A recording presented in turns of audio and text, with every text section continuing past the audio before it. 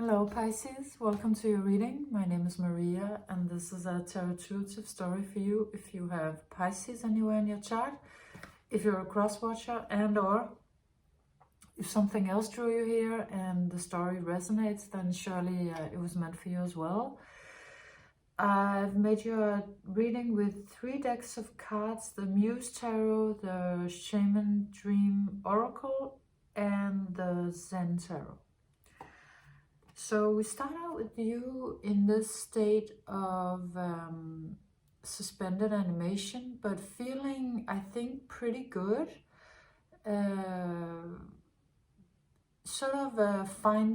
Finding a peace within yourself in an area of your life that hasn't been peaceful for a while. So somehow you're landing into some better feeling place.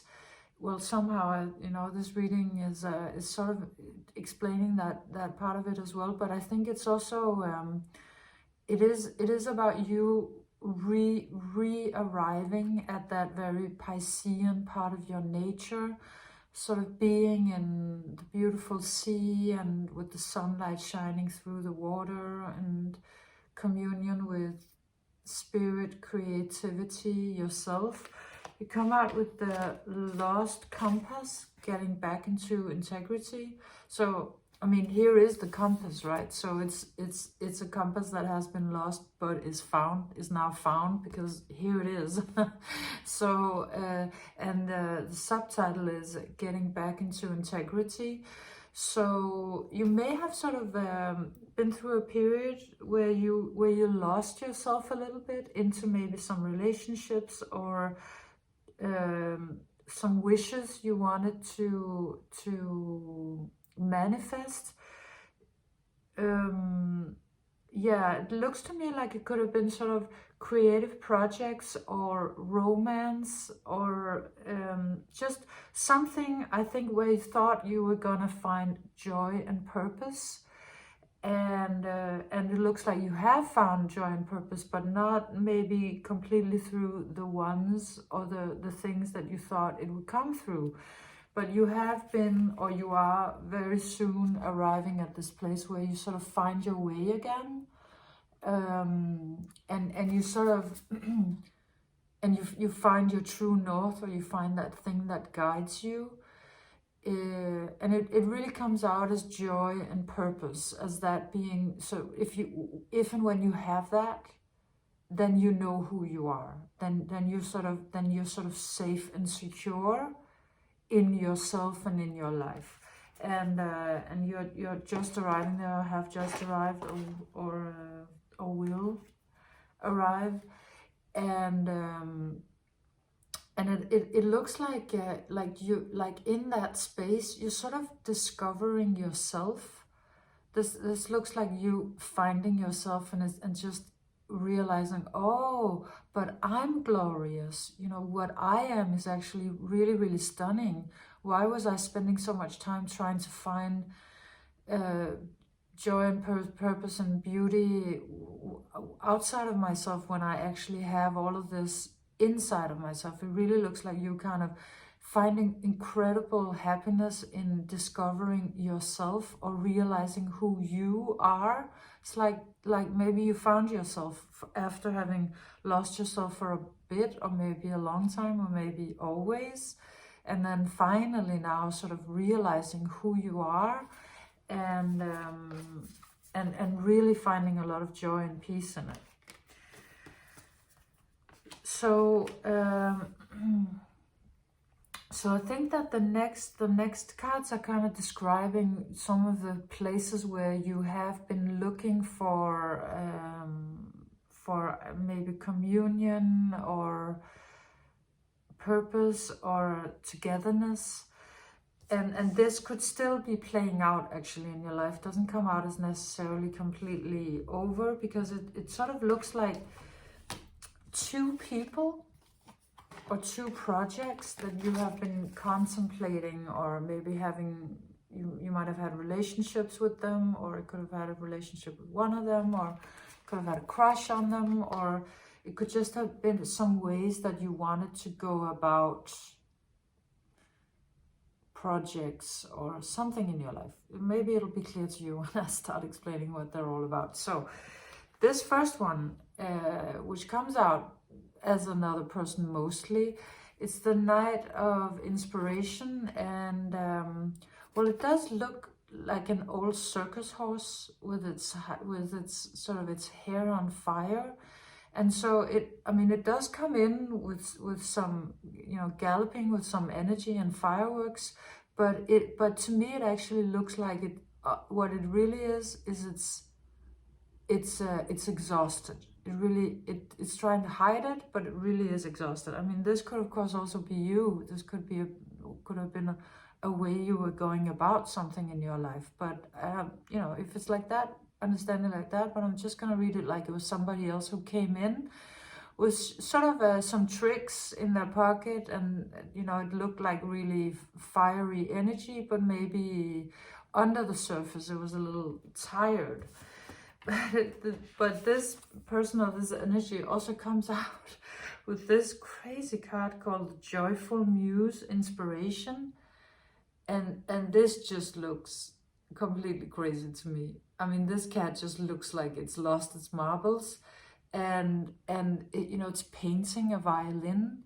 So it's almost like this one was well, they could have been a little crazy, and maybe that was a part of the attraction. Maybe you're one of those who are kind of a little attracted to people who are a little bit crazy.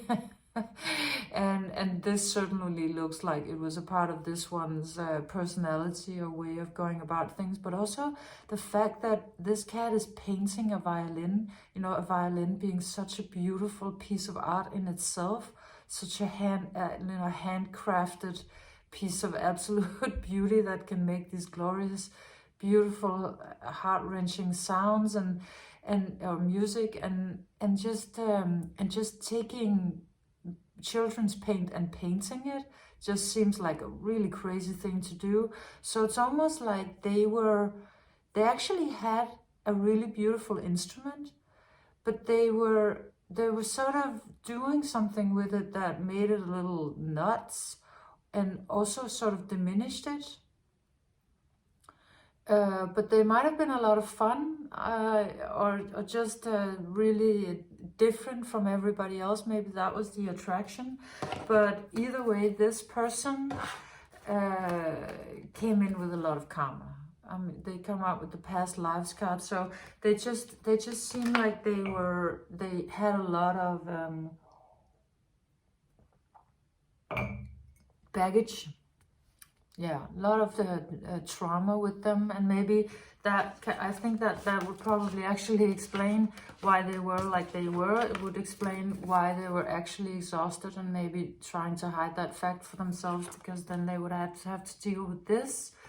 And I think it would actually also explain why they would be painting this beautiful instrument with silly watercolors, because it's sort of like in order maybe to play that violin, they would have to sort of look at their deeper issues, and maybe there was a lot, and they were not really,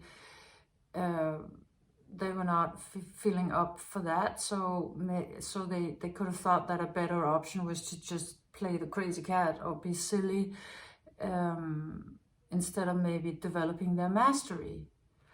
So this was sort of one person, I think, that was in your life, and so I hope you'll know from the description what role they played or are playing,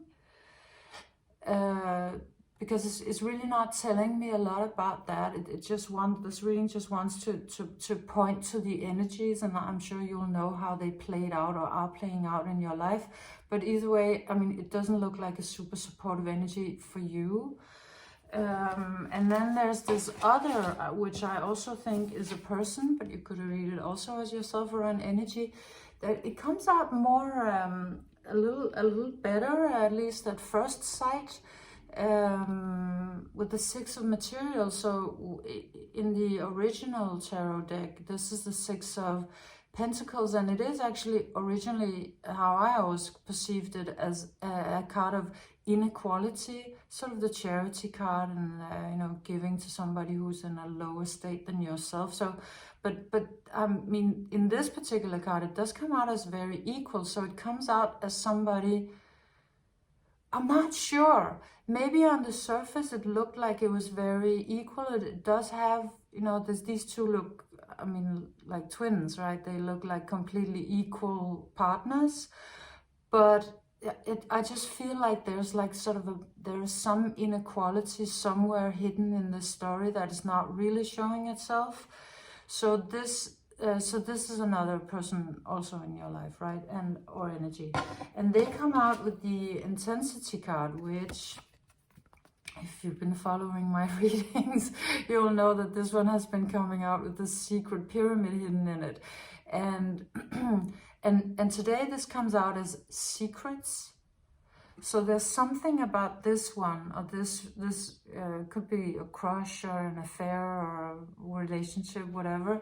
But so there's something hidden, secret about it. It also, well, it does kind of come out as affair, or contemplating an affair, something like that, because this card also has sort of this tantric element to it. But I mean, yeah, so it comes out as this pyramid, as this hidden thing. And well, the pyramids are sort of also a mixed bag, because they're potentially full of treasures. They're also potentially cursed, and we don't completely understand them. We don't know what they are. We don't completely understand the sacredness of them, or how they were used, or what they're for, or why they're placed, you know, at exact points that match the speed of light, and all these, you know, it's just very mysterious. It's incredibly mysterious, and it's not completely necessarily safe, because it's not understood. So there's something about this one that it's not completely clear what they are, or what your relationship is. I mean, this could be potentially very, very beautiful, or it might not. And at the base of that relationship is guilt, and or some memory of this looks to me a little bit like zombie hands that are kind of grabbing at this person's head. So there could be something about a memory of somebody, or something that is that has passed. But this is the reason why it came out to me a little bit as affair, or somebody who's not available, because of this guilt card. So there's something there that is not, I mean, at the base of it, it doesn't feel good. It doesn't feel right. And and also it looks like your road is really supposed to be something else, at least for now. Because, you know, here all of these flowers are thrown up into the air, but it really looks like Spirit wants you to follow your path very diligently, and not be maybe seduced by this one. And I think you know this at this point. You know that it's you don't want to feel like this. You would rather follow your own path. And so it looks like it's a difficult choice. So this could be two sort of people you had romantic relationships or romantic feelings for, and it just doesn't look like any of them was really satisfying you. So you come out here with the Three of Voices, which is sort of kind of a grief card, but what it came out as today is loneliness. Really comes out as loneliness. They just left you feeling lonely, or they leave you feeling lonely. If they're still in your life, they're not really on a deeper level, because you know how they come out described on the deepest level is like this. So it's not comfortable energies. It's not really the thing you need. It's just maybe the ones that are there. So yes, so you're feeling, or you have been, could also very well be something that has been going on, and that you found your way out of, because we started with a really good feeling card. So somehow some loneliness was triggered, and you have been or you will be healing it. So so it's actually it is turning out to be a really good thing, because from the cards I can see that the healing that you're doing is not just about this these two relationships or these two people or these projects or this now moment.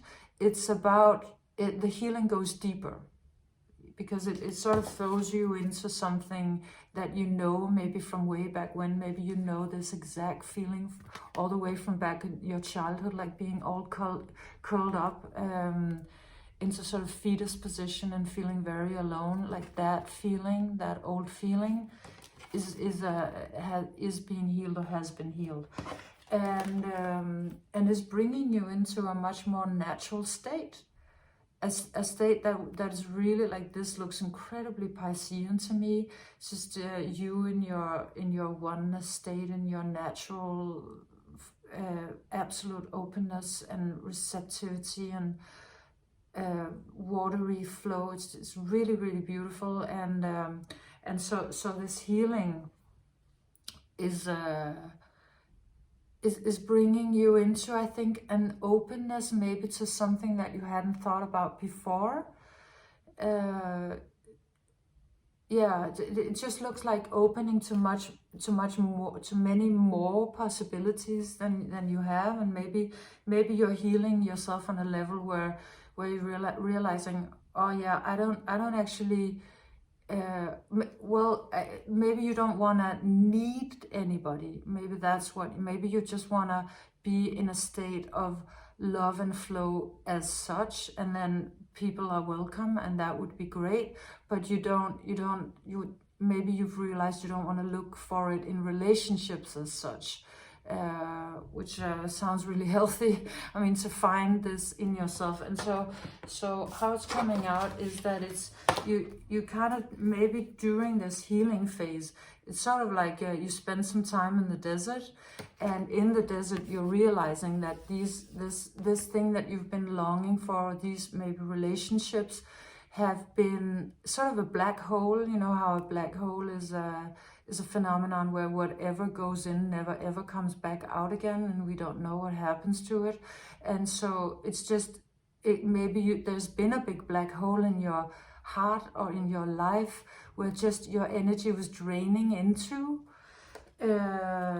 and because of you having been willing to sort of look at that, you suddenly you find your own natural creative flow. I mean, it's just the difference between these two. Actually, it's being bracketed by these two completely. These two energies, the receptivity and the creativity, I would say this is Pisces.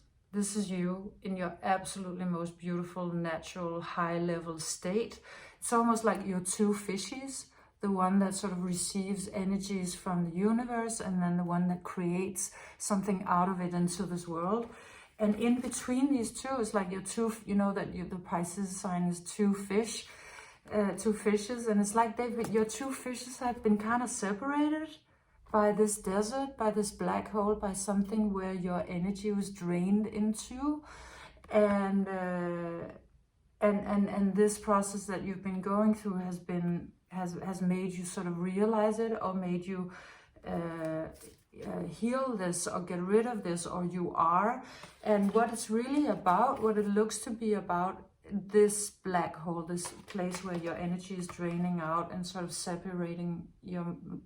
You see how these two work together? This one is receiving energies from the universe and divine inspiration, and this one is manifesting it in the world. So when these two come together, you're an unstoppable force. So the thing that has been playing tricks on you is some idea about, you come out with the comparison card, so it's some idea about I think how you should be. You might have been taught that you were not supposed to be who you really are. You were supposed to be somebody else, and that explains why you would have lost your compass, Because if somebody said, no, don't be a bamboo, you have to be a big oak, very important that you sort of, get a lot of insurances and buy a lot of stuff and make sure you sit in a big house and live like a slave your whole life, or it's just how it's coming out, because that just doesn't seem like it would be a very sort of Pisces way of living. But it could really just be anything. It could be just having been told or having been conditioned into thinking you were supposed to be something else than what you really are.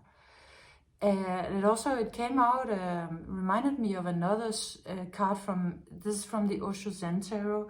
I also have the Osho Transformation deck, and it reminded me about a card from that deck, which is about, it tells the anecdote of a gardener who walks in his garden and is horrified to see that everything looks completely half dead and really sad, and all of the trees are kind of like hanging with the leaves, and it's just, and he's like, what happened? And he goes over to the bamboo, and he says, bamboo, why are you looking so all shriveled up, and what's wrong? And the bamboo says, well, I thought you wanted me to look like the mighty oak, so I'm trying to kind of get it really big so I can look like the oak. And then he goes over to the oak, and the oak also looks like it's really sick, and he's like, oak, why are you looking like this? And it says, well, I thought you wanted me to be like the rose bushes over there and produce thorns and flowers and be small and bushy. And he goes over to the roses, and they all look kind of a little faded, and he's like, roses, why are you looking like this? And they said, oh, we thought you wanted us to look like the lotus on the water, and so we're trying to take all the color out of us so that we can look like the lotus. And he goes to the lotus, and the lotus is glorious. The lotus is the most beautiful lotus he's ever seen, and it's just the star of his garden. And he says, lotus, why are you so beautiful? And the lotus answers, well, I just figured since you had planted me like a lotus, I would just do my best to be the best lotus I could be. And so this is what I'm doing. It's just, and I know it maybe seem a little banal, but just, the best stories always are. So I think that is really what this reading wants you to do. Release the idea that you're supposed to be something else than what you are, and step into what you're really good at and let it shine. Because here we end your reading with the Four of Inspiration, which is the Four of Wands, if you know that card, which is a really happy card. And it's also a great and very harmonious community card. So it looks like once you shine as what you are, and you just focus on your strengths. You don't need to be good at what you're not good at. You're a more natural, flowy, organic, harmonious community will come in. So it looks like other people come in, and it's just going to work much better with you. It's not going to be fraught with all of this old karma and guilt and all of this weird energy. And maybe this has actually already been happening, and that's why you've been reaching this 9 of Emotions, which is a really good feeling, beautiful, harmonious place, and finding your compass again. So that's really what this whole journey has been about, for you to have a real joy about who you are. Because when you have that joy and natural feeling of how great you are and what you're great at, you won't be so attracted to things that are not matching you. There won't be this big black hole in your life that where the energy sucks into, because it will be a really a much more organic, harmonious sort of thing. Yeah. Yes, so this was your reading, Pisces. I hope you enjoyed it. If you did, leave me a thumbs up and maybe a comment. I'm always super happy to read your comments. So if you have anything to add, or would like to tell me about how this resonates, then please do. So thank you for being here. I'll see you next time. Bye.